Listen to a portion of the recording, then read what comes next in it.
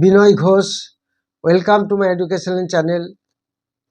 আজকে আমাদের ভিডিওর মেন এবং প্রধান টপিক যেগুলি থাকবে সেটা হচ্ছে যে আমেরিকা ভেনেজুয়েলাকে যে গতকাল আক্রমণ করেছে এবং একটি যুদ্ধের প্রস্তুতির দিকে এগিয়ে যাচ্ছে দুটি দেশ। কেন আক্রমণ করলো বা তাতে আগামী দিনে কি হতে পারে, এবং তার সাথে সাথে আমাদের শেয়ার মার্কেটের স্টকগুলি কি হতে পারে বা কোন কোন সেক্টর বা কোন কোন স্টকে এফেক্ট আসতে পারে, সেগুলি নিয়ে হবে আজকের আমাদের ভিডিওর মেন আলোচনা। আমরা দেখে নেব, আপনারা নিশ্চয়ই সবাই জানেন এখন সমস্ত টপিকস বা মেন প্রিন্সিপাল নিউজের মধ্যে আসছে ভেনেজুয়েলা এবং আমেরিকান যুদ্ধ। এই যে 3 জানুয়ারিতে আমরা দেখতে পাচ্ছি যুক্তরাষ্ট্র ব্যাপক সামরিক অভিযান চালায় ভেনেজুয়েলার উপর, বিশেষ করে রাজধানী কারাকাস ও পাশের অঞ্চল। বিস্ফোরণ ও বিমান হামলার আওয়াজ শোনা গেছে প্রচুর এবং সেখানে অ্যাটাকও হয়েছে। এই অভিযান আমেরিকা যে ভেনেজুয়েলাকে অ্যাটাক করলো তাদের উদ্দেশ্য কী ছিল? এই অভিযানের লক্ষ্য হলো ভেনেজুয়েলার প্রেসিডেন্ট নিকোলাস মাদুরো ও তার স্ত্রী লিসিয়া ক্লোরেসকে অ্যাটাক করা, অর্থাৎ তাদেরকে আটক করে ইউএসএতে নিয়ে আসা। সেটা আমেরিকান প্রেসিডেন্ট করে দেখিয়েছে এবং মার্কিন প্রেসিডেন্ট ডোনাল্ড ট্রাম্প ঘোষণা করেছেন যে মাদুরোকে আটক করা হয়েছে এবং তাকে যুক্তরাষ্ট্রে নিয়ে আসা হয়েছে আইনি কার্যক্রমের জন্য। এই সমস্ত নিউজগুলি অলরেডি চ্যানেলে বেরিয়েছে। এই হামলার সময় ভেনেজুয়েলায় গোলাবর্ষণ হয়েছিল, বিস্ফোরক ও সামরিক সংঘর্ষের মতো ইভেন্ট ঘটেছে, দেশটিতে জরুরি অবস্থা ঘোষণা করা হয়েছে। এটা হচ্ছে ভেনেজুয়েলায় যা যা ঘটেছে বা ঘটছে সেগুলো একটা আপডেট। ভেনেজুয়েলার উচ্চ আদালত মাদুরোর বদলে ডেলাসি রদ্রিগেজকে অন্তর্বর্তী প্রেসিডেন্ট হিসাবে সিলেক্ট করে এখন ঘোষণা করেছেন। তো এই সমস্ত নিউজগুলি আমাদের শেয়ার মার্কেট রিলেটেড নিউজ। তার কারণ হচ্ছে কি ঘটছে, কেন ঘটলো, এগুলি নিয়ে যদি আমরা আলোচনা করি বা স্টক মার্কেটের এফেক্ট কী হবে সেগুলি আমি আপনাদের দেখাচ্ছি। অ্যাকচুয়ালি মার্কিন প্রশাসন মাদক তল্লাশি, সন্ত্রাস নির্ধারণ ও মানবাধিকার লঙ্ঘনের অভিযোগে মাদুরো প্রশাসনের বিরুদ্ধে অনেক দিন ধরে চাপ তৈরি করে এসেছেন এবং সেই চাপ সেটা কালকে অ্যাকচুয়ালি সেই চাপটা কার্যে পরিণত হয়েছে। এটা ট্রাম্প সরকার দীর্ঘদিন ধরে যে ভেনেজুয়েলার তেল, মেনলি হচ্ছে কি তেল, এই ক্রুড অয়েল বিশাল একটা ভান্ডার ধরে রেখেছে ভেনেজুয়েলার তেল রাজনৈতিক ঘনিষ্ঠ সম্পর্ক এবং নিরাপত্তায় শুনিয়ে কঠোর অবস্থান নিয়ে এসেছে। মাদুরোকে নার্কো টেররিস্ট বলে অভিহিত করেছে আমেরিকা।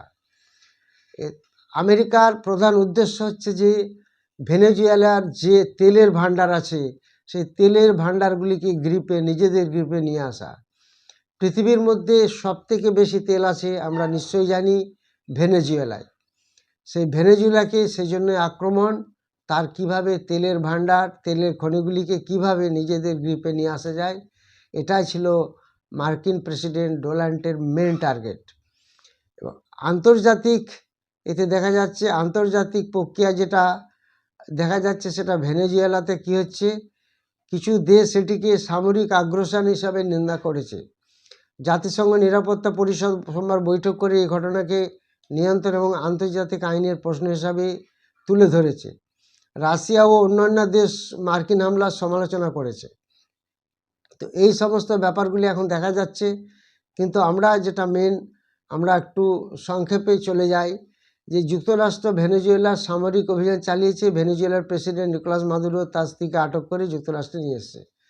ঘটনাটি আন্তর্জাতিকভাবে বিশাল বিতর্ক সৃষ্টি করেছে এবং আন্তঃরাষ্ট্রীয় আইন, নিরাপত্তা, ভূ রাজনৈতিক উত্তেজনার দিকে মনোযোগ বাড়িয়েছে। এখন প্রশ্ন হলো, এটা যদি কিছুদিনের মধ্যেই এই জিনিসটা রিজলভ হয়ে যায়, একটা সলভ পজিশনে চলে আসে, তাহলে খুব ভালো।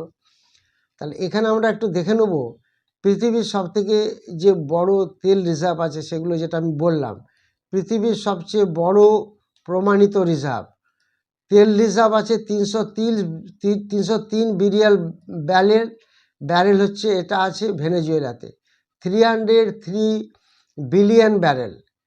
এর মানে ভেনেজুয়েলার কাছে পৃথিবীর মোট প্রমাণিত তেলের প্রায় 17 থেকে 18% আছে সৌদি আরবের বা আমেরিকার থেকেও অনেক বেশি। ভেনেজুয়েলাতে যে পরিমাণ তেল আছে, খনিজ তেল, সেটা সৌদি আরব এবং আমেরিকার থেকেও বেশি। কিন্তু উৎপাদন এখন খুব কম, প্রায় 1 মিলিয়ন ব্যারেল পার ডে, কারণ প্রযুক্তি, বিনিয়োগ ও অবকাঠামোর অভাব আছে এখানে ভেনেজুয়েলাতে, যার ফলে সেই জায়গাটাকে কাজে লাগানোর জন্য আমেরিকা সেই দেশকে নিজেদের আন্ডারে নিয়ে আসতে চাচ্ছে। শুধু তাই নয়, শুধু এখানে তেল নয়, এখানে প্রাকৃতিক গ্যাসও দেখুন, এখানে যে ন্যাচারাল গ্যাস আছে, ভেনেজুয়েলার গ্যাস রিজার্ভও অনেক বড়, প্রায় 190 থেকে 200 ট্রিলিয়ন কিউবিক ফুট, এত বড় একটা গ্যাস রিজার্ভ আছে, প্রাকৃতিক গ্যাস ভেনেজুয়েলার কাছে। এটা দক্ষিণ আমেরিকায় অন্যতম গুরুত্বপূর্ণ গ্যাস রিজার্ভ। অধিকাংশ গ্যাস তেল উৎপাদনের সাথে যুক্ত ওয়েল অ্যাসোসিয়েটেড গ্যাস পুরোপুরি এক্সপোর্ট বা কার্যক্ষেত্রে ব্যবহার করা কঠিন। তো এই ভেনেজুয়েলায় এত পরিমাণ গ্যাস এবং যেটা অয়েল, সেই এত রিজার্ভ আছে, সেই রিজার্ভটাকে আমেরিকা নিজেদের দখলে আনতে চায়। শুধু তাই নয়, ভেনেজুয়েলার কাছে আরও অনেক কিছু আছে, আয়রন আছে, গোল্ড আছে, বক্সাইট আছে, ডায়মন্ড আছে, কোল, এগুলি সমস্ত আছে ভেনেজুয়েলার কাছে প্রচুর পরিমাণে রিজার্ভ। শুধু তেলই না, এখানে মূল্যবান সম্পদ প্রচুর আছে।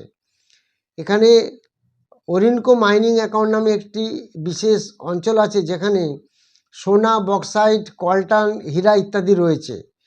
এটার সম্ভাব্য মূল্য প্রায় $2 ট্রিলিয়ন পর্যন্ত ধরা হয়েছে। তাহলে এত কিছু ভেনেজুয়েলার কাছে আছে, সেটা আমেরিকার লোভ সামলাতে পারছে না। শুধু তাই নয়, এখানে কৃষি বলতে কফি, কোকো, চাল, গম, বাদাম ইত্যাদি সমস্ত কিছু হয়। তাহলে এগুলি আমরা সমস্ত কিছু দেখলাম। এবার আমরা চলে আসি যে কোথায় কোথায় এফেক্ট হতে পারে, কোন কোন সেক্টরে, কোন কোন শেয়ারে কালকে আগামী দিনে একটা এফেক্ট আসতে পারে, সেটা নিয়ে আমরা একটু আলোচনা করব। তো ভেনেজুয়েলা যে বিশ্বের অন্যতম বড় তেল রিজার্ভ, সেটা আমরা বুঝে গেলাম। এবার ক্রুড অয়েল, এই যে ক্রুড অয়েল যেটাকে আমরা ব্রেন্ট ক্রুড অয়েল বলি, সেটাতে কি হচ্ছে, আমাদের ওয়েল মার্কেটের যে কোম্পানি আছে, সেখানে ইন্ডিয়ান অয়েল, বিপিসিএল, এইচপিসিএলের উপর একটা ভালো চাপ এসে যাবে। Aviation company, that is Indigo, SpiceJet, air India, যে যে অ্যাভিয়েশন কোম্পানিগুলি আছে, তাদের ফুয়েল কস্ট বেড়ে যেতে পারে। পেন্ট কোম্পানি, যেখানে আমাদের অ্যাকচুয়ালি অয়েল লাগে প্রচুর পরিমাণে, সেই paint company, chemical companies, Asian Paints, Berger Paints, এই যত সমস্ত পেন্টস কোম্পানি আছে, সেগুলিতে একটা বড় এফেক্ট আসতে পারে, বিকজ সেখানে র মেটেরিয়াল কস্টটা বেড়ে যাবে। তার সাথে সাথে ওএনজিসি, অয়েল ইন্ডিয়া, এই ক্রুড অয়েল দাম বাড়লে এদের লাভ হয়, তো সেইখানে ওএনজিসি, অয়েল ইন্ডিয়ার একটা গেইন পজিশন আসতে পারে। তাহলে এখানে দেখা যাচ্ছে যে একটা শর্ট টার্ম ভলিটিলিটি আসতে পারে এই সেক্টরটাতে। এই তেলের সঙ্গে যারা রিলেটেড, সেই সেক্টরগুলিতে একটা ভালো ভলিটিলিটি আসতে পারে। সেই সেক্টর এবং আমি স্টকগুলি নিয়ে বললাম, আসতে পারে, সবগুলি কিন্তু একটা প্রবাবিলিটি, একটা স্পেকুলেশন। তাহলে গ্লোবাল মার্কেট সেন্টিমেন্ট কি হতে পারে? ইউএস যদি সরাসরি সামরিক অ্যাকশনে নামে, তাহলে কি দাঁড়াবে? ইনভেস্টার রিস্ক অ্যাসেট থেকে বেরিয়ে যাবে, অর্থাৎ ইনভেস্টাররা তাদের রিস্ক অ্যাসেটস মেন কি, সেটা হচ্ছে শেয়ার মার্কেট থেকে তখন বেরিয়ে সেফ অ্যাসেটসের দিকে চলে যাবে। যারা ডিফেন্সিভ স্টক, সেখানে চলে যাবে। এবং গোল্ড সেখানে লাভবান হবে, গোল্ডে ইনভেস্টমেন্ট বাড়বে, ইউএস ডলারটা শক্তিশালী হবে, এবং বিটকয়েন, হেজ, এগুলিও বেশ শক্তিশালী হবে, এবং সেটাকে বিটকয়েনটাকে হেজ হিসাবে সেটাকে ইউটিলাইজ করা হবে। ইমার্জিং মার্কেটস, অর্থাৎ ইন্ডিয়া যে ইমার্জিং মার্কেটস, ইন্ডিয়া, ব্রাজিল, এশিয়ার আরও বিভিন্ন মার্কেট, সেগুলিতে একটু ক্ষতিগ্রস্ত হতে পারে, এবং মিড ক্যাপ, স্মল ক্যাপ একটু বেশি চাপের মুখে পড়তে পারে। তাহলে এফেক্ট, এই যুদ্ধ যদি হয় বা প্রবলেম যদি অ্যারাইজ করে, তাহলে কোথায় কোথায় ভলিটিলিটি বাড়বে, চাপ বাড়বে, সেটা নিয়ে আমরা একটা আলোচনা করলাম। তাহলে ইন্ডিয়ান শেয়ার মার্কেটে কি হতে পারে? ইন্ডিয়ান শেয়ার মার্কেটে ইমিডিয়েটলি ক্র্যাশ হওয়ার কোনো সম্ভাবনা নেই। এটা যেহেতু একটা ভেনেজুয়েলা একটা ছোট্ট জায়গা, এবং সেটা অনলি আমেরিকার সঙ্গে তার একটা টাসেল চলছে, কিন্তু ওয়ার্ল্ডে এর বিশেষ এফেক্ট নেই। এবার এটা যদি কালকে দেখা যেতে পারে কি গ্যাপ ডাউন হতে পারে বা ইন্টারডে ভোলেটিলিটি বাড়তে পারে, এই জিনিসগুলো আগামীকাল মার্কেটে হতে পারে, সেটা নিয়ে আমরা আলোচনা করলাম। অয়েল ডিপেন্ডেন্ট স্টকগুলো বাড়া কমা হতে পারে, সেগুলো আমি বললাম। এয়ারলাইন্সে এফেক্ট হবে, কেমিক্যাল সেক্টরে এফেক্ট হবে, পেন্টসে এফেক্ট হবে।